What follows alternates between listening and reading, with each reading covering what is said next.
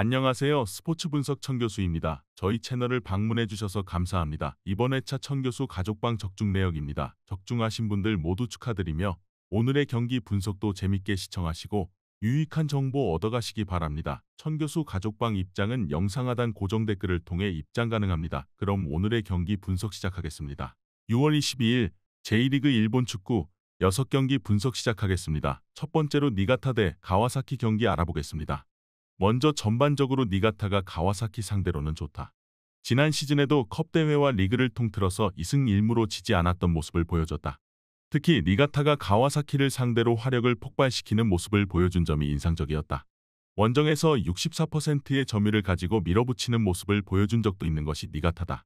물론 올 시즌 라인이 덩달아 높아지면서 경기 전반이 난전 성향이 되는 것이 아쉽기는 하지만 일단 최근 마치다 가시마 상대로 1승 1무를 거두는 등 강호 상대로도 선전하고 있는 흐름이다. 이어서 가와사키도 여전히 미드필더의 역량과 공격력은 좋다. 문제는 올 시즌에도 활동량이 부족한 기색이 있어 상대가 경기장을 넓게 쓰는 것에 고전한다는 점이다. 이 때문에 니가타가 패스를 정교하게 높은 확률로 이어가는 상황에서는 비어있는 공간을 모두 커버하는 것은 어려울 것으로 보는 것이 좋겠다. 니가타는 지난 시즌에도 가와사키를 점유와 공격으로 찍어 누른 케이스도 있었다. 높은 라인을 구축하는 니가타의 올 시즌 특성상 난전을 가져올 가능성이 높아 보이기는 하나 가와사키의 기동성과 활동량의 부족은 니가타의 전술적인 수행 능력을 더 도와주는 계기가 될 것으로 보인다. 이번 경기 니가타 승을 추천합니다. 핸디 언어버 및 최종 조합은 고정 댓글 링크를 통해 가족방에서 확인해주세요. 두 번째로 도쿄베르디 대 나고야 경기 알아보겠습니다.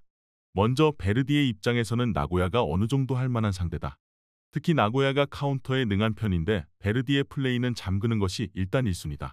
특히 고베를 상대로도 신중한 운영으로 1대0 승리를 낚아온 경험도 있는 전력이다.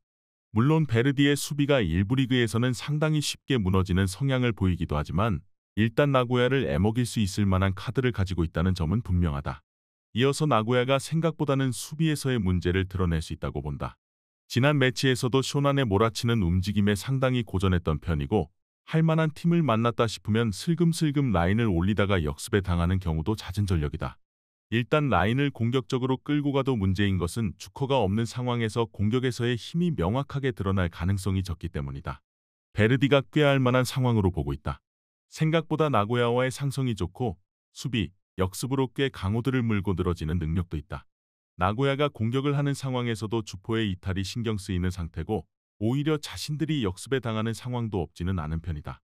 이번 경기 도쿄베르디 승을 추천합니다. 핸디 언어버 및 최종 조합은 고정 댓글 링크를 통해 가족방에서 확인해주세요.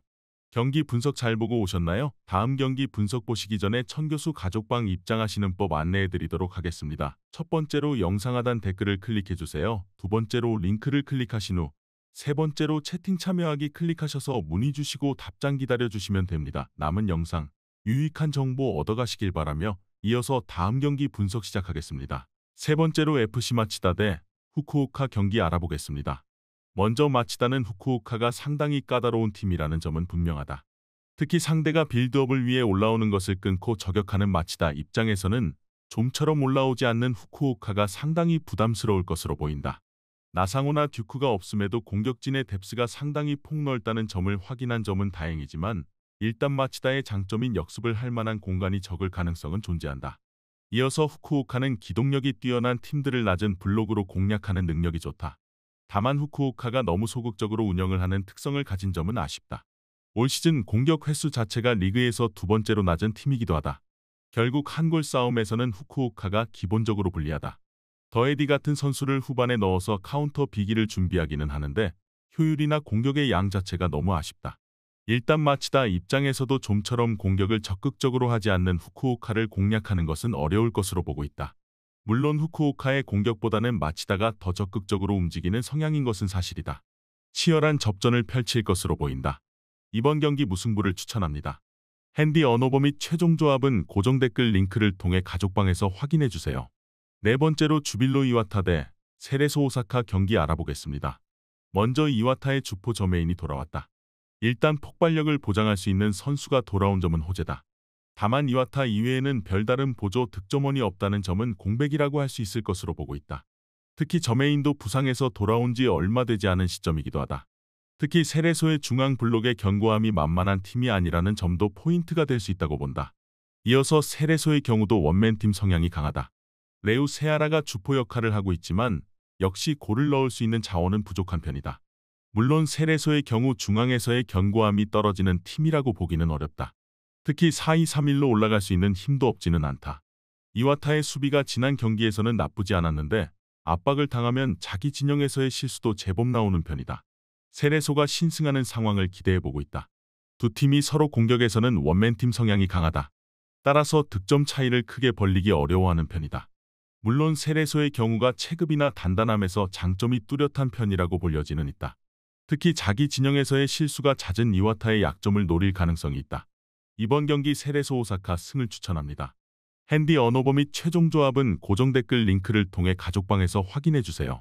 경기 분석 잘 보고 오셨나요? 다음 경기 분석 보시기 전에 천교수 가족방 입장하시는 법 안내해드리도록 하겠습니다. 첫 번째로 영상 하단 댓글을 클릭해주세요. 두 번째로 링크를 클릭하신 후 세 번째로 채팅 참여하기 클릭하셔서 문의 주시고 답장 기다려주시면 됩니다. 남은 영상 유익한 정보 얻어가시길 바라며 이어서 다음 경기 분석 시작하겠습니다. 다섯 번째로 간바 오사카 대 비셀고베 경기 알아보겠습니다. 먼저 간바의 경우는 최근 수비와 역습이라는 실리적인 플레이가 잘 통하고 있다. 특히 고베를 상대로는 이 양상이 더 잘 맞을 수도 있을 것으로 보인다. 고베에게 최근 당하는 시나리오는 간바가 공격적으로 갔다가 고베의 수비에 막히고 역습으로 타격을 당하는 케이스가 잦았다. 특히 최근 유효 슈팅 비중을 최대한 높이고 있고 지난 경기에서는 공격진의 개인기로 상대의 압박을 돌파하는 것으로도 효율을 낸 바 있다. 이어서 고베가 전반적으로는 최근 리그에서 부진한 흐름이다. 특히 상대가 고베를 막기 위해서 최대한 신중하게 경기를 치르고 있다는 점이 포인트가 될 것으로 보인다. 고베도 상당히 역습에 강한 편이기 때문에 전력과 수비력과는 별개로 공간을 확보하는 데 꽤 애를 먹고 있는 분위기다. 리그에서는 최근 4경기에서 3골을 넣으면서 꽤 화력이 부진한 흐름이다. 일단 간바가 수비와 역습 지향적인 팀이 되었다는 점이 중요하다. 고베가 상대방이 신중하게 운영을 하는 상황에서는 생각보다 공격력을 잘 투사하지 못하는 모습이다. 물론 고베의 수비적인 역량이 우수하다는 점을 감안하면 서로 쉽게 한쪽이 무너지는 상황이 나오지는 않을 것으로 보고 있다. 이번 경기 무승부를 추천합니다.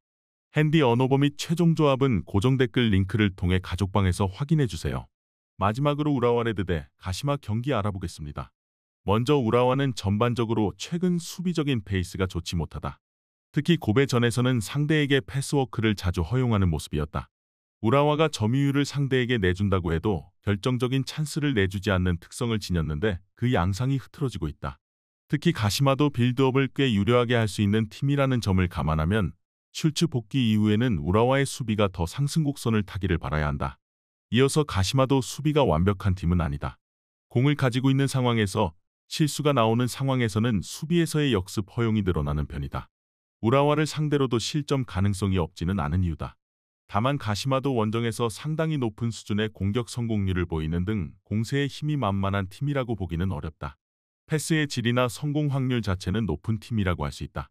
가시마가 근소 우위 정도라고 보고 있다. 일단 우라와가 상대에게 점유를 허용하지만 수비를 중심으로 강세를 보였던 편이다.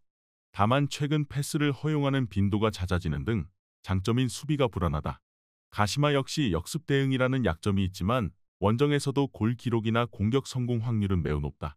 이번 경기 가시마 승을 추천합니다. 핸디 언어버 및 최종 조합은 고정 댓글 링크를 통해 가족방에서 확인해주세요.